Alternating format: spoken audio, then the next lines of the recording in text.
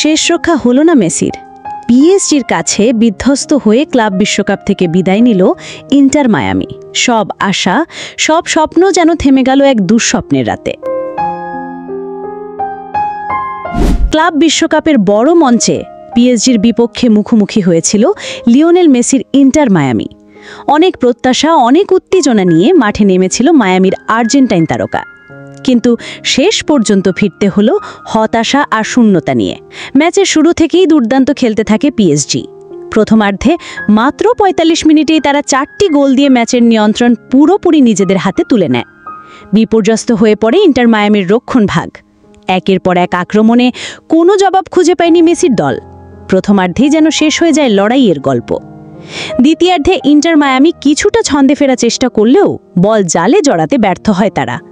Messi, Suarez, বুস্কেটসরা মিলে একাধিক সুযোগ তৈরি করলেও ছিল না প্রয়োজনীয় ধার। যেন বল আর বারপোস্টের মাঝে ছিল এক অদৃশ্য দেয়াল।